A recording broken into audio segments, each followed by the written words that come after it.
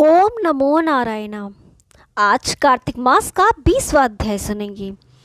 माँ शारदा की प्रेरणा नारायण स्वयं सहाय कार्तिक महात्म का कहूँ यह 20वां अध्याय। जब राजा पृथु ने पूछा, हे देवर्षि, इसके पश्चात युद्ध में क्या हुआ तथा वह दैत्य कैसे मारा गया, कृपा करके उस कथा को मुझसे कहो। नारद जी ने कहा कि जब गिरिजा वहां से अदृश्य हो गई और गंधर्वी माया भी विलीन हो गई, तब भगवान वृषभध्वज चैतन्य हो गए। उन्होंने लौकिकता व्यक्त करते हुए बड़ा क्रोध किया। फिर भगवान शंकर जलंधर से युद्ध करने लगे। जलंधर शंकर के बाणों को काटने लगा, परंतु जब काट न सका तो उसने माया की पार्वती बनाकर अपने रथ से बांध ली, जो विलाप कर रही थी।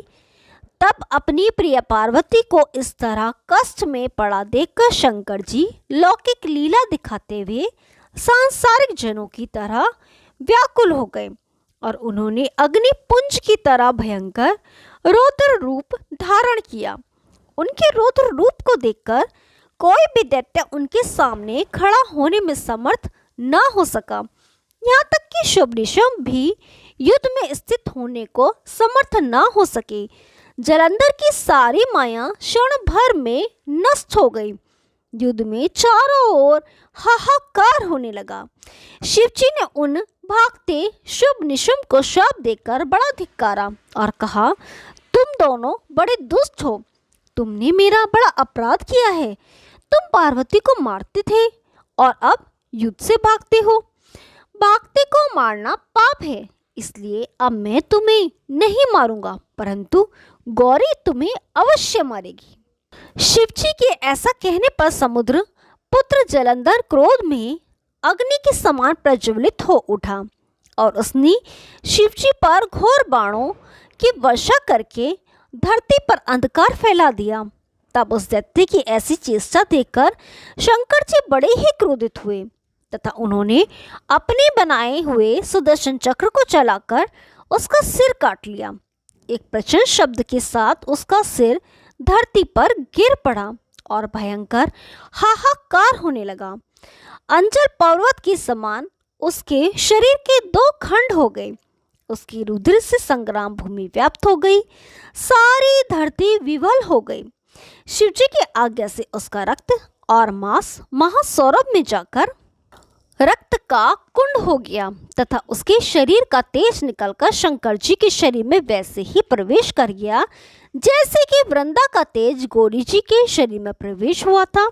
जलंधर को मरा हुआ देखकर देवता और गंधर्व सब प्रसन्न हो गए। ओम नमो नारायण। आज हम आपको कन्हैया जी की एक कथा सुनाने जा रहे हैं। एक बार एक पंडित जी थे। वो रोज घर घर जाके भगवत गीता का पाठ करते तथा कन्हैया की कथा सुनाते थे। एक दिन उन्हें एक चोर ने पकड़ लिया और उससे कहा, तेरे पास जो कुछ भी है मुझे दे दो। तब वो पंडित बोला कि बेटा, मेरे पास कुछ भी नहीं है। तुम एक काम करना, मैं यहीं पड़ोस के घर में जाके भगवत गीता का पाठ करता हूँ। वो यजमान बहुत दानी लोग हैं। जब मैं कथा सुना रहा हूँगा तब उनके घर में जाकर चोरी कर लेना। चोर मान गया। अगले दिन जब पंडित जी कथा सुना रहे थे तब वो भी वहां आ गया। तब पंडित जी बोले कि यहाँ से मीलों दूर एक गांव है वृंदावन। वहां पे एक लड़का रहता है जिसका नाम कान्हा है। वो हीरो जवाहरातों से लड़ा रहता है। अगर कोई लूटना चाहता है तो उसको लूटो। वो रोज रात को एक पीपल के पेड़ के नीचे आता है जिसके पास बहुत सी झाड़ियां हैं। चोर ने सुना और खुशी खुशी वहां से चला गया। वो अपने घर गया और अपनी बीवी से बोला, आज मैं एक कान्हा नाम के बच्चे को लूटने जा रहा हूँ। मुझे रास्ते में खाने के लिए कुछ बांध दे। पत्नी ने कुछ सत्तू उसको दे दिया और कहा कि बस यही है जो भी है। चोर वहां से संकल्प लेके चला कि अब तो मैं उस कान्हा को लूट के ही आऊंगा। वो बेचारा पैदल पैदल टूटे चप्पल में ही वहां से चल पड़ा। रास्ते में बस कान्हा का नाम लेते हुए वो अगले दिन शाम को वहां पहुंच गया, जो जगह उसे पंडित जी ने बताई थी। अब वहां पहुंच के उसने सोचा कि अगर मैं यहीं सामने खड़ा हो गया तो बच्चा मुझे देख के भाग जाएगा, तो मेरा यहाँ आना बेकार हो जाएगा। इसलिए उसने सोचा क्यों न पास वाली झाड़ियों में ही छिप जाऊं। वो जैसे ही झाड़ियों में घुसा, झाड़ियों के कांटों से चुभने लगे। उस समय उसके मुंह से एक ही आवाज आई, कान्हा कान्हा। उसका शरीर लहू लुहान हो गया, पर मुंह से सिर्फ यही निकला कि कान्हा आ जाओ। अपने भक्ति ऐसी दशा देख के कान्हा जी चल पड़े। तभी लक्ष्मी जी बोली कि प्रभु कहाँ जा रहे हो, वो आपको लूट लेगा। प्रभु बोले कि कोई बात नहीं, अपने ऐसे भक्तों के लिए तो मैं लूट जानो तो क्या, मिट जाना भी पसंद करूंगा।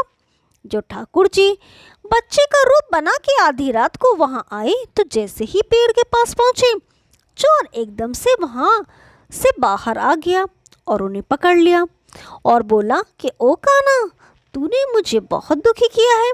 अब ये चाकू देख रहा है ना, अब चुपचाप अपने सारे गहने मुझे दे दे। कान्हा जी ने हंसते हुए उसे सब कुछ दे दिया।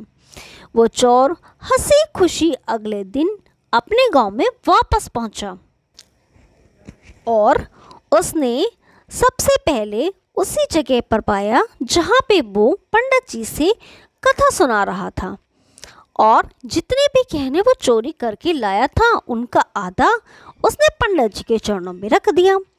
जब पंडित ने पूछा कि ये क्या है, तब उसने कहा, आपने ही तो मुझे उस कान्हा का पता दिया था, मैं उसको लूट के आया हूँ और ये आपका हिस्सा है।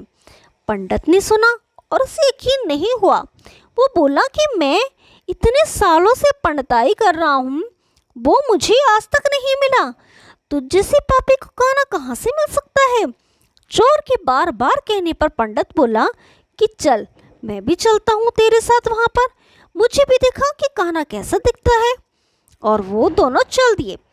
चोर ने पंडित जी को कहा कि आओ मेरे साथ, यहाँ पे छुप जाओ। और कांटों के कारण दोनों का शरीर लहू लुहान हो गया और मुंह से एक ही आवाज निकली, कान्हा कान्हा। ठीक मध्य रात्रि कान्हा बच्चे के रूप में वहीं आ गए और दोनों झाड़ियों से बाहर निकल आए।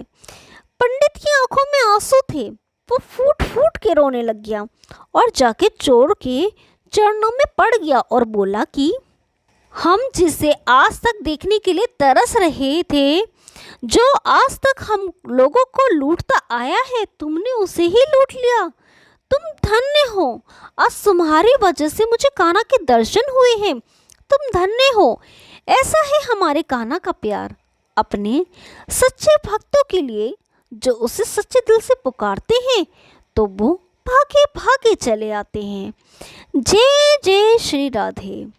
यदि आपको ये कहानी पसंद आई तो वीडियो को लाइक कीजिए, शेयर कीजिए और चैनल को सब्सक्राइब कीजिए। हम आपके लिए ऐसी रोचक पुरानी कथाएं लाते रहेंगे। तब तक के लिए नमस्कार।